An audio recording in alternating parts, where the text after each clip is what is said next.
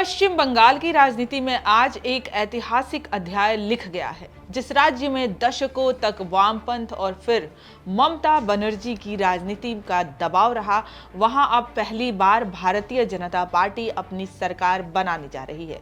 कोलकाता में हुई बीजेपी विधायक दल की बैठक में आखिरकार उस नाम पर मुहर लग गई जिसका इंतजार पूरे बंगाल को था। भवानीपुर में ममता बनर्जी को हराने वाले और नंदीग्राम से लगातार दूसरी बार जीत दर्ज करने वाले शुभेंदु अधिकारी को बीजेपी विधायक दल का नेता चुन लिया गया है। सबसे खास बात यह रही कि इस बड़े ऐलान की घोषणा खुद अमित शाह ने की। उनकी मौजूदगी में विधायकों ने सर्वसम्मति से शुभेंदु अधिकारी के नाम को मंजूरी दी है। अब बंगाल की नजरें 9 मई पर टिकी हैं, जब कोलकाता के ऐतिहासिक ब्रिगेड परेड ग्राउंड में शुभेंदु अधिकारी मुख्यमंत्री पद की शपथ ग्रहण करेंगे। इस बार पश्चिम बंगाल विधानसभा चुनाव में भाजपा ने ऐतिहासिक प्रदर्शन करते हुए पूर्ण बहुमत हासिल किया। इसके बाद से ही मुख्यमंत्री पद को लेकर चर्चाएं तेज थी, लेकिन अब तस्वीर पूरी तरह साफ हो चुकी है।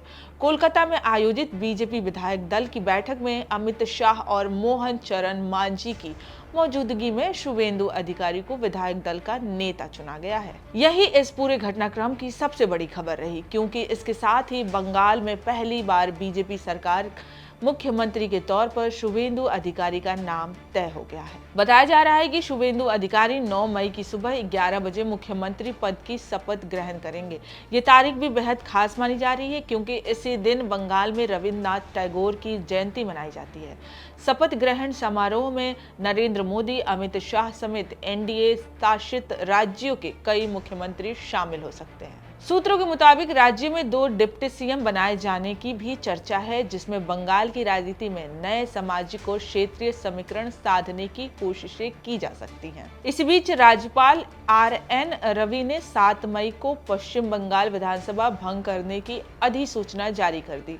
ये कदम भाजपा की प्रचंड जीत के बाद नई सरकार गठन की प्रक्रिया के तहत उठाया गया है।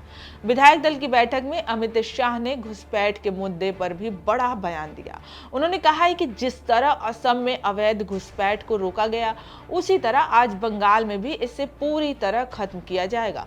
अमित शाह ने चुनावी जीत के आंकड़ों का जिक्र करते हुए कहा कि बीजेपी विधायकों की औसत जीत का अंतर 28,000 वोट रहा, जो बंगाल में पार्टी की मजबूत लहर को दिखाता है। अपने संबोधन में शाह ने श्यामा प्रसाद मुखर्जी को याद करते हुए कहा कि बंगाल में बीजेपी सरकार बनाना उनके राष्ट्रवादी विचारों और संघर्षों की सच्ची श्रद्धांजलि है। तो अब पश्चिम बंगाल की राजनीति एक नए दौर में प्रवेश करने जा रही है। जिस राज्य में कभी बीजेपी की राजनीतिक जमीनी तलाशने में संघर्ष करना पड़ता था, आज उसी बंगाल में पार्टी पूर्ण बहुमत के साथ सरकार बनाने जा रही है। ऐसे में सबसे बड़ा सवाल यही है कि क्या शुभेंदु अधिकारी बंगाल में बीजेपी के नए और स्थायी चेहरे बन पाएंगे? क्या बीजेपी बंगाल में राजनीति में लंबे समय तक अपनी पकड़ मजबूत बना पाएगी? और क्या ममता बनर्जी के बाद अब बंगाल की राजनीति पूरी तरह नई दिशा में जाने वाली है? फिलहाल कोलकाता का ब्रिगेड परेड ग्राउंड 9 मई को उस ऐतिहासिक पल का गवाह बनने जा रहा है, जब बंगाल में पहली बार बीजेपी सरकार शपथ लेगी। फिलहाल इस खबर में इतना ही। अब बने रहिए India.com के साथ। अब आप जहां भी हैं वहीं से खबर भेज सकते हैं। आपके आसपास कुछ घट रहा है या कोई खास बात, तो बस अपना मोबाइल उठाइए और फिर न्यूज के ऐप पर शेयर कर दीजिए।